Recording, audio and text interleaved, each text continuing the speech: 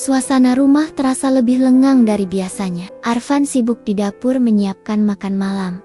Sementara aku duduk di sofa sambil memeluk bantal. Rasanya seperti hidupku dibayangi awan hitam yang menggumpal di atas kepala. Meskipun Arfan berusaha membuatku merasa aman, ketakutan itu tetap ada. Beberapa hari terakhir Rara diam-diam yang terlalu sunyi, terlalu berbahaya. Seperti seseorang yang sedang menarik napas panjang sebelum berlari. Aku mencoba mengalihkan pikiran dengan menyalakan TV, tapi semua suara terdengar jauh. Aku tidak benar-benar memperhatikan.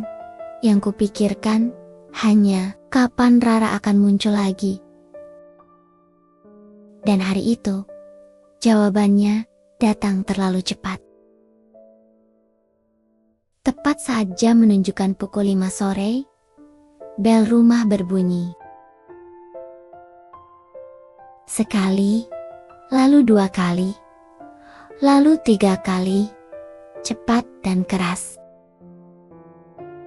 Aku langsung menegang. Bel itu bukan bunyi biasa, bukan seperti kurir paket atau tetangga yang bertamu. Bel itu bernada menuntut. Arfan keluar dari dapur.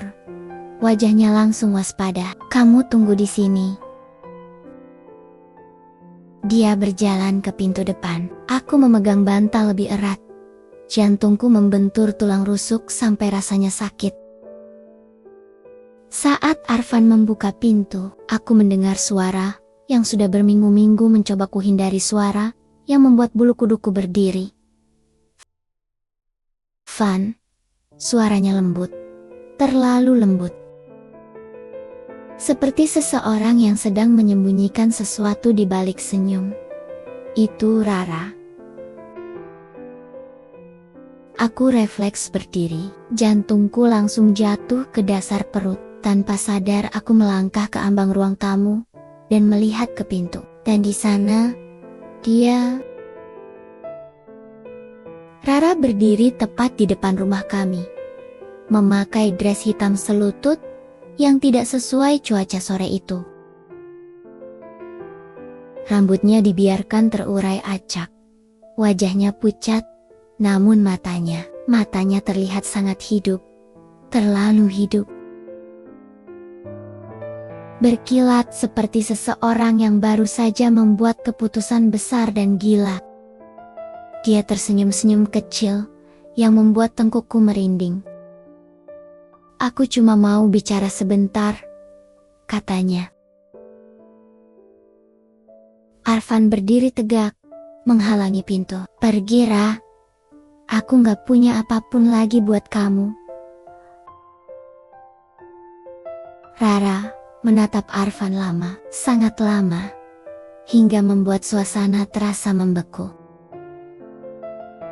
Aku cuma butuh 5 menit, katanya pelan. Setelah itu, kita lihat kamu memang gak punya apa-apa buat aku. Atau kamu cuma pura-pura?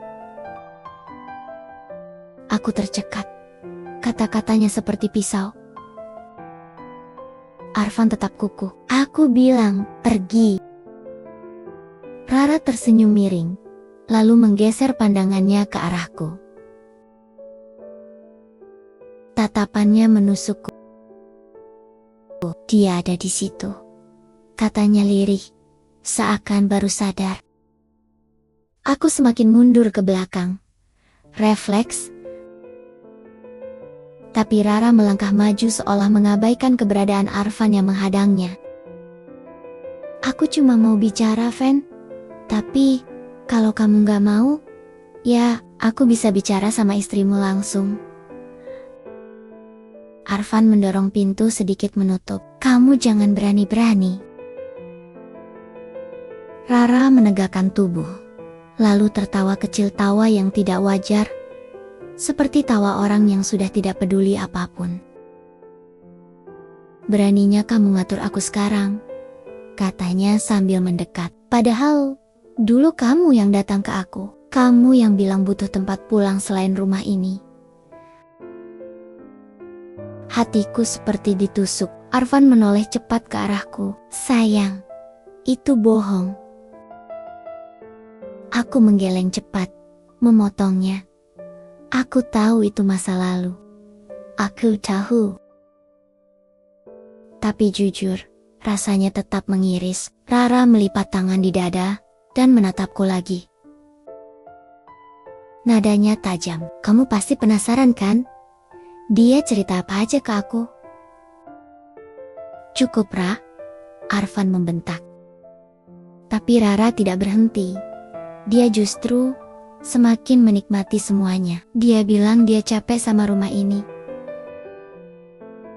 Matanya menatapku langsung. Dia bilang, kamu terlalu banyak nanya. Senyumnya melebar. Dan dia bilang, sama aku, dia bisa jadi dirinya sendiri. Aku merasakan dunia berputar. Arfan mengangguk cepat, memohon, jangan dengerin dia sayang, dia sengaja. Diam. Kata itu meluncur dari mulutku, tanpa sadar. Arfan terkejut. Rara tersenyum puas. Aku menunduk, berusaha menarik napas, meski udara terasa menipis. Kepalaku pening, tapi aku tidak ingin terlihat lemah di depan Rara. Kenapa kamu datang, Ra? Suaraku pelan, tapi tegas. Rara menatapku, lalu wajahnya berubah dingin. Soalnya, aku benci ditinggalkan. Dia melirik Arfan, apalagi sama orang yang janji mau kembali ke aku. Arfan memukul pintu dengan kesal. Aku gak pernah janji. Rara mendekat satu langkah, sangat dekat dengan ambang pintu. Nadanya berubah lembut, tapi mengancam. Kamu pikir aku gak punya bukti? Kamu pikir aku gak punya rekaman saat kamu bilang butuh aku? Lalu dia menatapku lagi. Kalau kamu mau, aku bisa kirim semuanya ke kamu. Aku terpaku, tubuhku dingin. Arfan terlihat panik. Dia bohong, dia ngancam. Rara tertawa pelan, lalu mengeluarkan ponsel dari tas kecilnya. Dia mengangkat ponsel itu, seakan siap menunjukkan sesuatu. Kamu mau tahu sisi suami kamu yang dia sembunyiin? Arfan langsung merebut ponsel itu lebih cepat dari yang kupikirkan. Ponselnya terlepas dari tangan Rara dan jatuh ke lantai depan pintu. Rara membeku. Tatapannya kosong sesaat, lalu berubah. Sangat gelap. Dia menatap Arfan seperti seseorang yang baru saja kehilangan akal sehatnya. Kamu menghina aku. Arfan menggeleng cepat. Ra, stop, jangan bikin masalah. Tapi kata-kata itu justru memicu sesuatu di dalam diri Rara, sesuatu yang menakutkan. Kamu pikir kamu bisa hancurin aku begitu aja? Suaranya gemetar marah. Kamu pikir aku akan pergi dan diem? Hah? Arfan menahan pintu lebih rapat. Udah, pergi. Rara tiba-tiba menendang pintu. Keras. Aku tersentak. Arfan terkejut dan hampir kehilangan pegangan. Aku gak akan pergi. Rara berteriak histeris. Selama dia masih di sini, selama kamu masih sama dia, aku gak akan pergi. Suara teriakannya keras, menggema sampai tetangga keluar rumah. Aku mundur, panik. Tubuhku gemetar hebat, napasku pendek-pendek. Arfan akhirnya menutup pintu paksa dan mengunci 3 lapis. Dari luar, Rara menggedor berkali-kali sampai suaranya serak. Van, keluar. Kita belum selesai. Aku memejamkan mata, menekap telingaku. Aku merasa dunia hancur. Teriakan itu berlangsung hampir 5 menit sebelum akhirnya berhenti.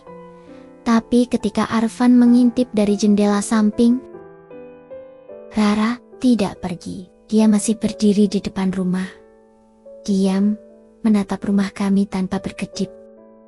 Senyum kecil muncul di wajahnya, senyum yang jauh lebih menakutkan daripada teriakannya. Seolah dia baru saja menemukan ide baru, ide yang lebih kejam. Arfan menarik tirai cepat-cepat, lalu memelukku erat. Tubuhnya gemetar juga. Sayang, aku janji, aku gak akan biarin dia nyentuh kamu. Tapi aku tahu satu hal, Rara belum selesai.